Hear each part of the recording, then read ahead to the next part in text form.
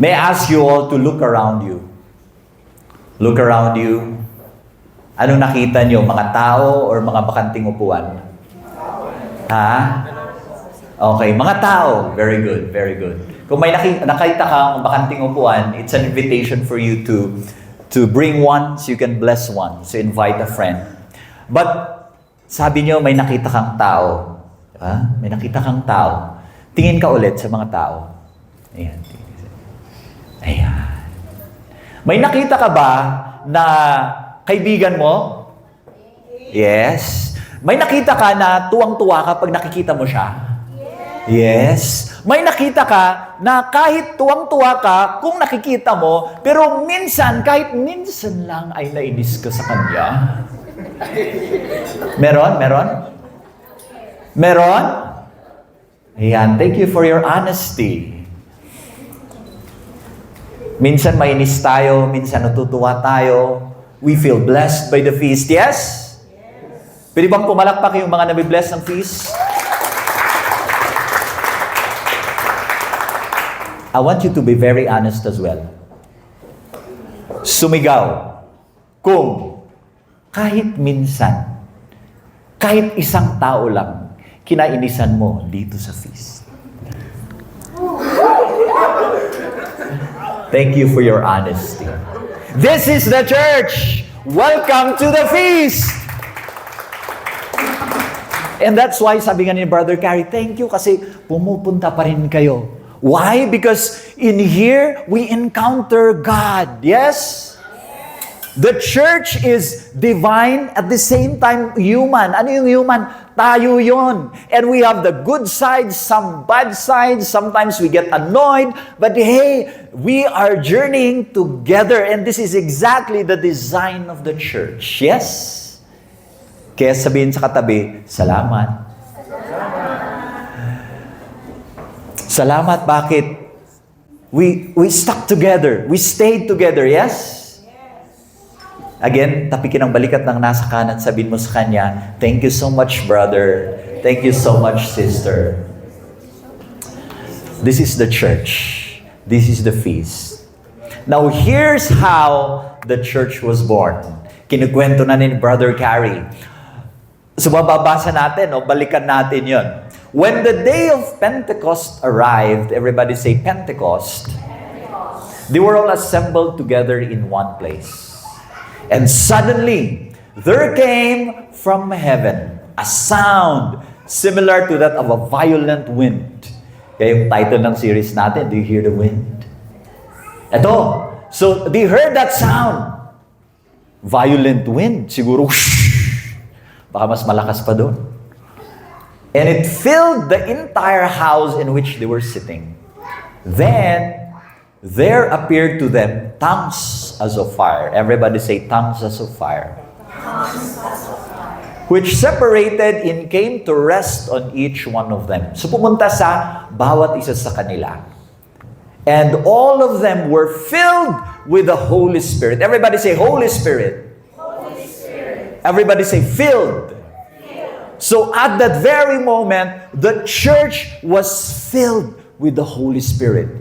That is the talk title, Spirit-Filled Church. So all of them were filled with the Holy Spirit and began to speak in different languages as the Spirit enabled them to do so.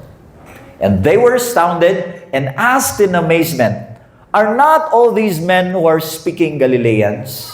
How is it then that each of us hears them in his own native language? Kasi biglang, bakit iba-iba na? Parang nasasabi na nila yung mga ibang native languages. That was the Pentecost. Everybody say Pentecost. We're celebrating that this coming Sunday. Now, as we are preparing for the celebration of Pentecost, we are doing this series to better understand that. So kung titingnan natin, itong Pentecost na to, it was very clear. Sino yung author nito, nung Acts? Ano yung sabi? Saint Luke. So Saint Luke was clearly hyperlinking itong Pentecost na to to to Genesis, particularly to the Tower of Babel. Everybody say Babel. So, parang kung titingnan mo, Pentecost was the complete reversal of Babel. Everybody say reversal. Tapikin ang balikat ng nasa kaliwa, sabihin mo sa kanya, reversal. Kabaliktaran. So, para mas ma-appreciate natin ito, balikan natin, ano nga ba yung Babel? So, sa libro ng Genesis, sabi niya doon, okay, babalikan natin. Let's show the verse. The whole world had only one language. This is Genesis, ha? Everyone using the same words. Then, they said, "Come." Sabi ng mga tao, "Come, let us build a city and a tower so high that it touches the heavens." Everybody say heavens. "We shall make a name for ourselves and not be scattered all throughout the earth." Verse 5. But the Lord came down and saw the city and the tower that these men were building. At sabi ni Lord, "Behold, they are single people and they have only one language. This is only the beginning of what they will do. Now, nothing that they think up will be impossible for them. Let us go down and confuse their language so that they will not understand each other when they speak."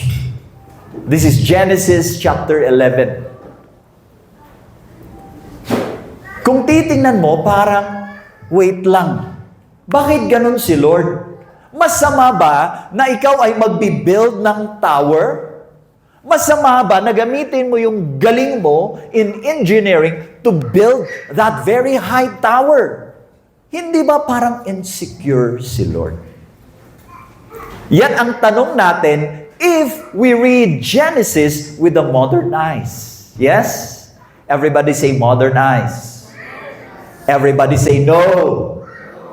Huwag natin gamitin yung ating modern eyes to read that particular part of the Bible. So we have to read it because we have to read it with ancient eyes kasi ito ay sinulat 3,000 years ago. Kaya kung gagamitin natin ang ating ancient eyes, ancient lens, mas maintindihan natin na itong Tower of Babel, it's not about building a skyscraper. It's not about that. Hindi yung literal, kundi yung building a tower so high that it touches the heavens. Ibig sabihin nun, sila, yung mga tao, they wanted, everybody say wanted. They wanted to take over God's territory. That's the heavens. So, heavens, symbolic, pataas yan. That's the territory of God. Now, if they say they're going to build a tower so high to reach the heavens, they are saying, I want to take over that part. I want to take over that throne. Parang sinasabi nila kay Lord, God, we don't need you. Parang sinasabi nila na, kami na po. Kami na. So, ito ay parang kasalanan nila Adam and Eve all over again. Di ba? God said, don't eat this fruit. But they say, hindi. We want to do it our way. So, ito na naman. So, nakikita natin yung mga hyperlinks. Yes? Tingin sa katabi, ngitian mo, sabihin mo sa kanya, nakita mo yung hyperlink? Ayan. Di ba? So, gumagaling tayo sa pagbabasa ng Bible, right? So, nakikita natin itong mga hyperlinks, yung connection. So, biblical authors were comparing two opposing entities. Dalawa na magkaiba. Yung una is spirit-filled Babel versus the spirit-filled church. So, kukumpare yan ng biblical authors, and this brings us to the last question. Diba, nasagot yung two questions kanina. What is the church and who gave birth to the church? Question number 3 is this: how does a spirit-filled church look like? Tanungin yung katabi, How does a Spirit-filled church look like? So I can mention 100 things, but let's boil it down into 3 things. Ilan po? First sign, very obvious. We worship God. We worship God. That's the first sign. Sabihin sa katabi, we worship God. Makikita natin na ang Spirit-filled church worships God. Okay? The Spirit-filled Babel worships themselves. Ako, kami, me, myself, and I. Spirit-filled church worships God. Father, Son, Holy Spirit. Kaya mag-ingat, ano? Kasi minsan, dito tayo Me, myself, and I. Ako na lang, lagi. But it is a reminder na, hey, it's about God. Everybody say that. It's about God. So that's the first sign. We worship God. The second sign, we unite even if we're different. Yes? Everybody say, we unite. Even if we're different. Tingin sa katabi. Kamukha mo ba yan? Ha? Kapareho mo ba ng talento yan? Kapareho mo ba ng taste yan? Ng preference? Ng fashion sense? Ng hairstyle? Ang hirap pag magkakapareho tayo, di ba? So, maganda yun. We're different. But we are united. Amen? Ang hirap naman kung magkakapareho tayo. Pati yung ating amoy magkakapareho. Ayan. Naalala ko tuloy, minsan sabi ni Brother John, kailan si Brother John Escoto? Yes. Sabi niya, pre, huwag mo na akong tawanan. Alam mo ba, yung aking body odor, proud ako dyan. Ako naman, bakit? Siyempre, pre, pinagpawisan ko yan. O, di ba? Here. Okay, go there. So we unite even if we're different. On Pentecost Day, even if the disciples were speaking many languages, they understood each other. Yes? Nagkaintindihan sila. Okay? Ayan, okay lang po ba kayo? Ayan. Kayo ma-distract. Ayan, focus. Ayan. Okay. Basahin natin yung Acts chapter 4 verse 32. The entire community of believers was united in heart and soul. Everybody say united. So iba-iba, pero united. Yung self-filled Babel, 6 uniformity, gusto nila ay pare-pareho sila, and they want to build that tower for themselves, pero anong nangyari? It led to disunity. Because uniformity doesn't create unity. It's not necessarily that way. So what builds? What unites us? Ask me what? It's love that unites us. It's love. Amen? Sabihin sa katabi, thank you for the love. Ayan. Sabihin mo kay Lord, thank you for the love. So it's love that unites us. So self-filled Bible is trying to be uniform, but it led to disunity. Spirit-filled church seeks unity even if they were different. Even if we are different. Ang ganda ng sinabi ni Pope Leo XIV. Ito ay sinabi niya sa mga non-Catholic religious leaders. Sabi niya, as Bishop of Rome, I consider one of my priorities to be that of seeking the re-establishment of full and visible communion among all those who profess the same faith in God the Father, the Son, and the Holy Spirit. Ganda, di ba? It's one of his priorities. This oneness, this communion. But here's the question. How can we say we follow Jesus if we're still embroiled in petty fights? How can we say that we belong to a spirit-filled church if we engage in away-away? O kaya'y chismisan na nagdudulot ng division. Yeah? Makikita natin na ang third sign ay ito. Third sign of a spirit-filled church. We expand to embrace everyone. Yes? Everybody say expand. Everybody say everyone. Look around you. Look around you. Look around you. As you're looking around, say that to yourself. We expand to embrace everyone. That's what we are. That's what we desire to do. And that's why, as you also look around and see the vacant seats, sino kayang pwede kong tawagin para maupo doon? Para mag-expand tayo. Sino kaya yung pwede kong tawagin? Yung minsan kahit nainis ako sa kanya, pero gusto ko mapalapit kay Lord, tawagin ko nga siya. Kailangan natin siya, di ba? Kailangan natin. Kasi ito, the self-filled Babel doesn't expand. It shrinks. Kasi just self-engrossed. Kasi kung goal is kami-kami lang, yun mag-shrink tayo. Yung language ng self-filled Babel is, you're not included. Yung tipong titingin ka sa labas, may mga ibang tao dyan, feaster kami, we're above you. Mas better kami. Mas okay kami.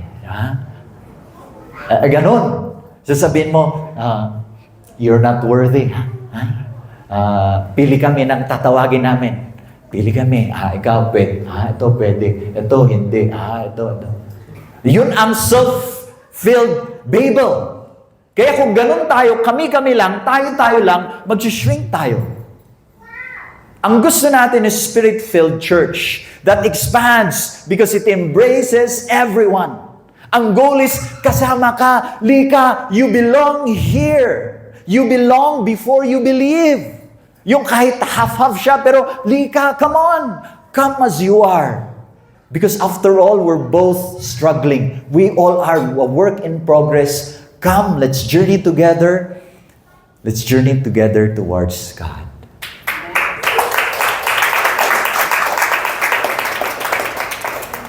Kaya, minsan may placard tayo dyan. Sabi natin, you belong here.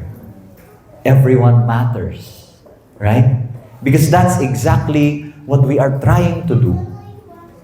Kaya, eto, tayo mga feaster, lahat tayo feaster, kasama yung first-timer. Ayan. Can we give another clap to our first-timers and to all of us?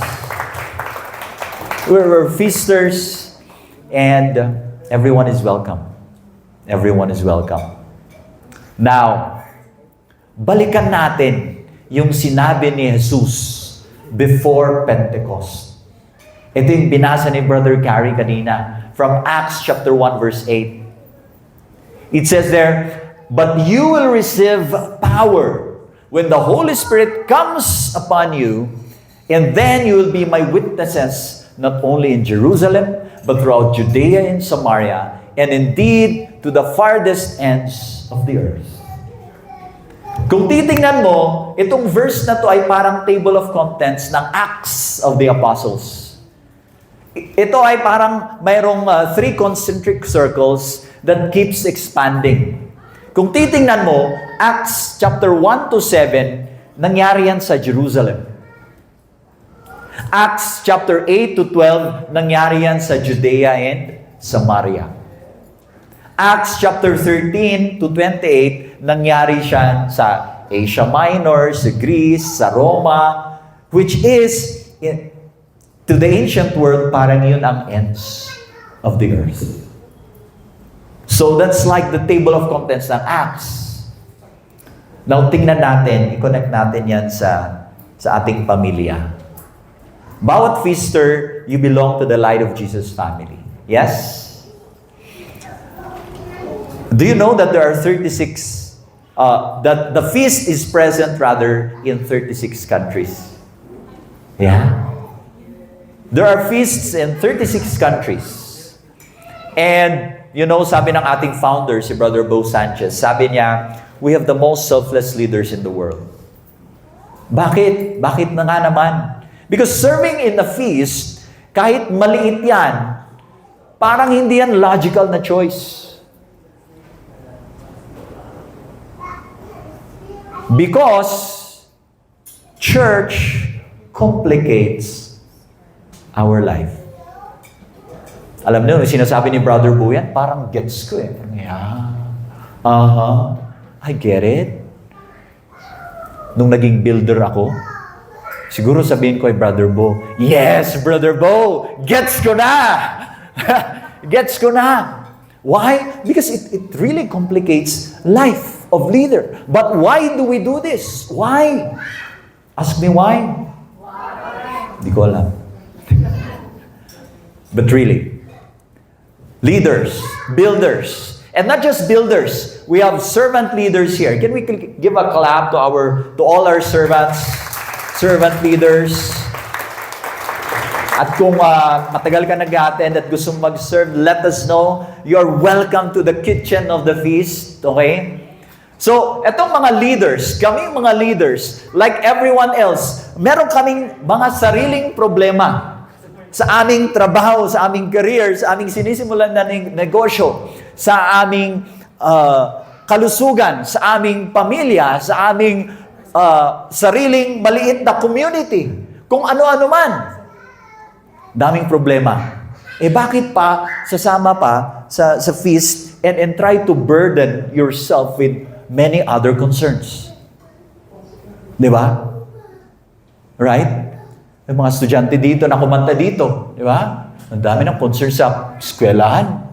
Isipin ko pa mag-serve sa feast, magre-rehearse pa ako. Di ba dapat matutulog na lang ako ng Sabado? Rehearse pa ako, tapos makikita ko si brother. Oo, friends kami, pero minsan nainis ako sa kanya. Di ba? Tawa sila kasi. Ito. I want to give you one story about a sort of parang quote-unquote insanity. May nangangalang Lando, Patolik. He leads 4 feasts in 4 cities in Ireland. So, that is Dublin, Cork, Derry, and Kilkenny. 4 na locations. 4 na feasts. And kahit si Brother Bo, nung sinishare niya to, parang hindi niya na-imagine na pwede yun.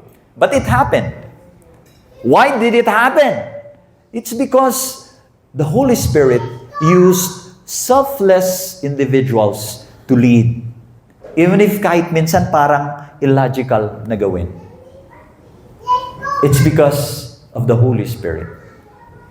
And then, here's what happened. In January 2024, one freezing night, itong si Lando, may na-receive na tawag sa kaibigan niyang nangangalang Carmen. Itong si Carmen na to, she was attending a small feast, maliit lang na feast, sa isang small island sa Spanya. And sa gabi na yon, sabi ni Carmen, she had a sad news for Lando. Sabi niya, Lando, brother, yung feast namin, it needs to disband. Titigil na namin siya. Kasi wala sa amin ang gustong mag-lead. Hindi ko rin kaya, sabi ni Carmen. Ayaw nila. Ayaw ko din. That was their conversation. And then si Lando, siguro naka-speakerphone. Narinig ng kanyang asawa na si Fanny. And then, sabi ni Fanny, Love, Lando, birthday ko ngayong buwan. Why not mag-celebrate tayo by taking a vacation sa Spanya? Doon sa island na yon. kung saan sila Carmen. Tapos tingnan natin how we can help that small feast.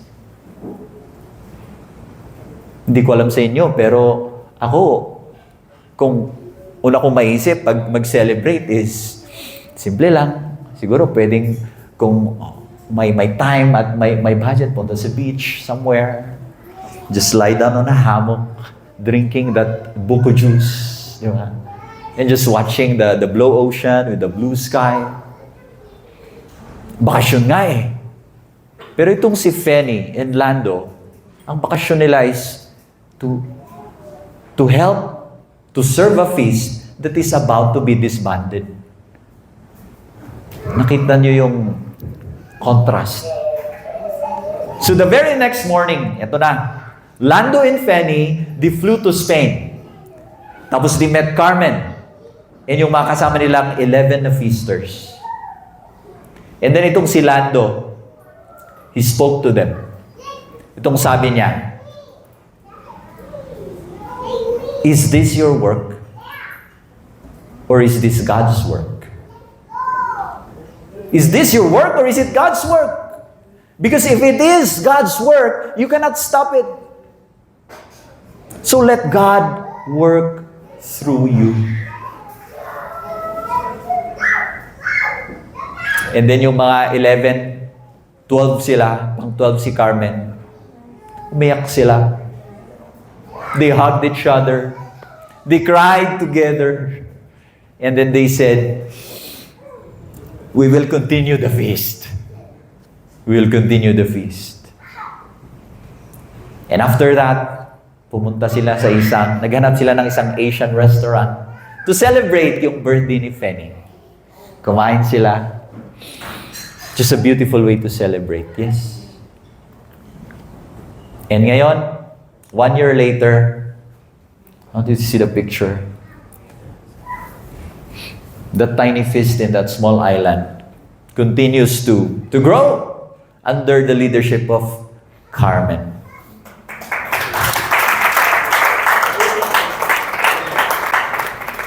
No doubt, kung titingnan mo, Lando, parang baliw. Fanny, parang baliw, ganyan, magbakasyon, ganyan. Carmen, akala ko ba ayaw mo? Parang insane. But you cannot explain this kind of quote-unquote craziness except by looking at the power of Pentecost. Amen? Now, parang mas marami ba sila? Mas marami tayo. Minsan, mas marami. Minsan, mas konti. Is this our work or is this God's work? It's God's work. Let's allow God to work in us and He will grow the feast. Baguio.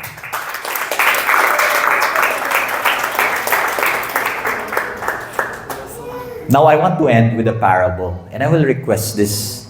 I will need the stand. Yeah.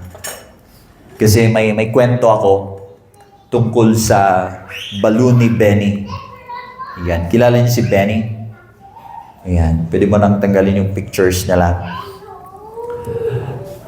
I want you to imagine. Everybody say imagine.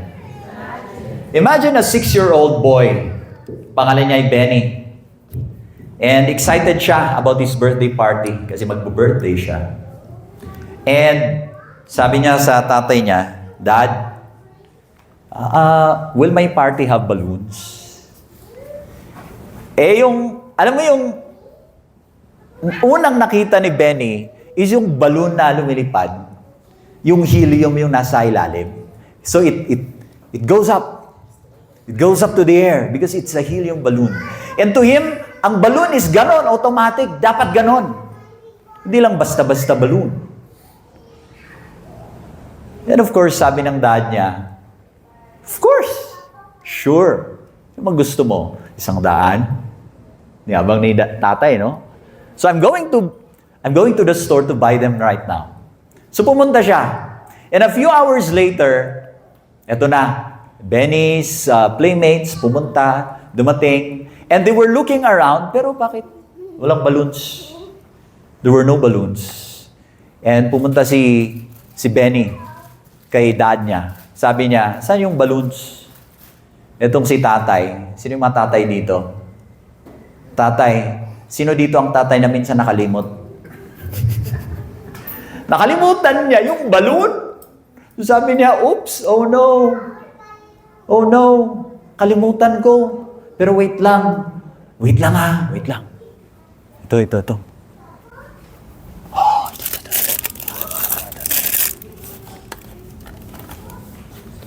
Amen. Benny, I have balloons. I have lots here. Okay? I have lots here. Okay ka ba? Hindi ka. Marami to. Pinamigay pa nga to eh. Hindi, pinili ko. May presyo pa nga. Hindi ka. And si Benny, tinitingnan, ano ba naman? Balloon ba yan? Kasi yung picture ng balloon is yung lumilipad eh. Yung may air na eh. Dad, hindi naman yung balloon eh. Hindi naman balon yan eh. Then sabi nung tatay, Benny, ang arte mo naman. Balon nito eh. Liga, gusto mo? Oh, liga. Blow natin. Kaya? Sis Banji, mas magaling ka dito eh. Kaya? Brother Bagets, kaya mo? Patulong. Ang hirap. Ang hirap. Dapat may dito eh. So sabi niya, let's blow. Etong tatay ni Benny, talagang full force. So he started to blow. Nagtago siya sa corner. Ito na. Yay! Here. Wow! Benny, I have balloons for you. You can, yes. Oh, there's more. There's pink, there's orange. Do you want more? Oh, lika. Wait lang, may pump pala dito eh. Sige, lika. Oh, may pump, gumagana yan. Kaya mo ba, Sis Rona? Lika, pump tayo. Kaya mo, Brother Bagets? Lika.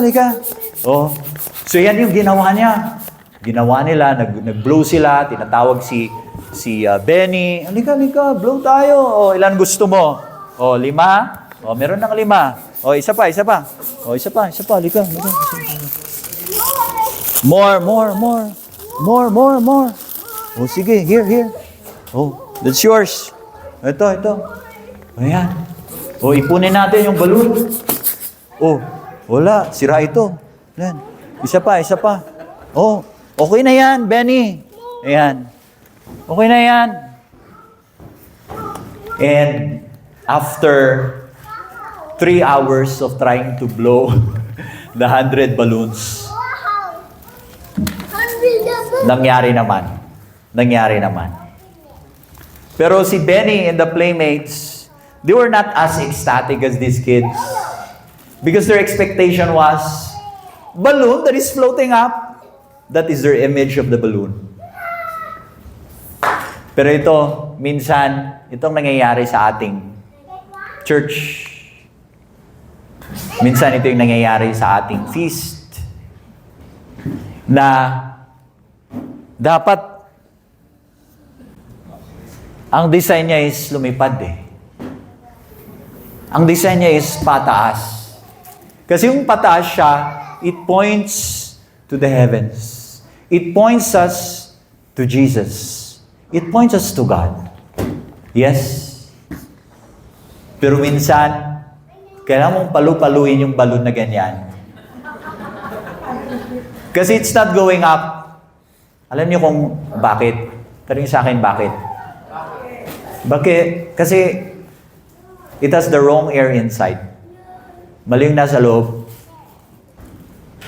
Minsan, ang nilalagay sa loob is yung sarili nating hangin. Yung sarili nating effort. Yung sarili nating kayabangan. Yung sarili nating mahangin nga eh. So kahit ang dami nating i-blow na balloons, kahit punuin natin to, at itong hotel na Instagrammable ay mas gawin pa nating Instagrammable. Pero hanggang dun lang. Friends, the church is like the balloon. If the church is spirit-filled, it will float up. It will rise. And it will bring our gaze to the Lord. But too many times, yung grupo natin are filled with our own air. So parang, yeah, mukhang church, mukhang mga balloon.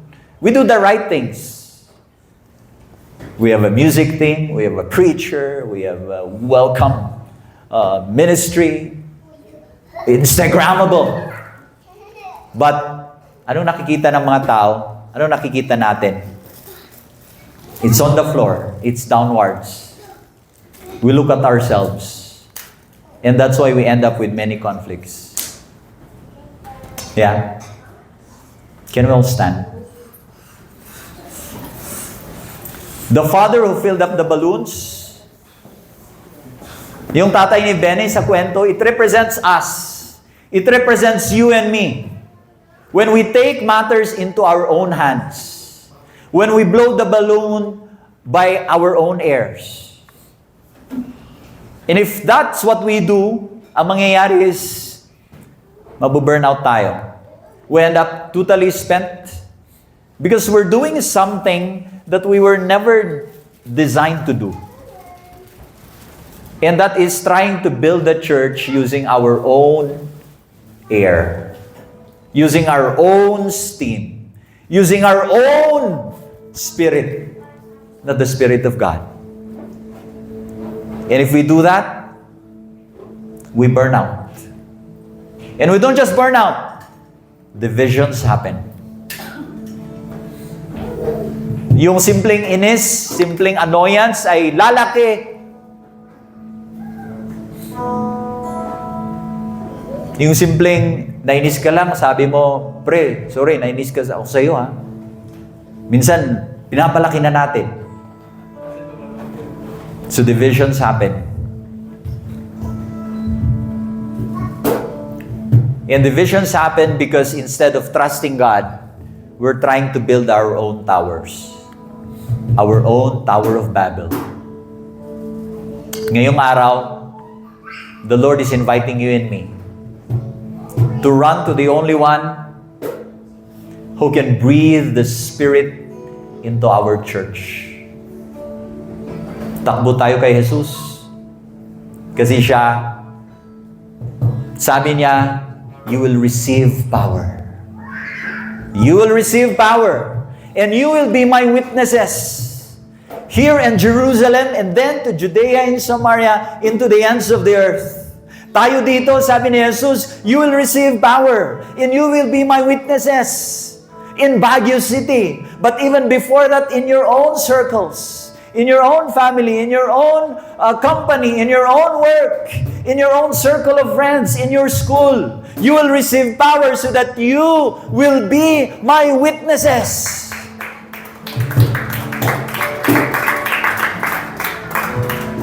And our prayer is that we will build our church. We will have this balloon that floats up to the heavens, that points us to Jesus. Not downwards, not to ourselves, pero sa Lord. Amen? So as we come into worship, we pray to the Holy Spirit once again. We pray, come Holy Spirit. Fill our hearts. Fill our hearts and renew the face of the earth. Work through us and in us. Kasi tayo din, kailangan natin ng transformation. Continue to pray for the Holy Spirit to shine light into your darkness.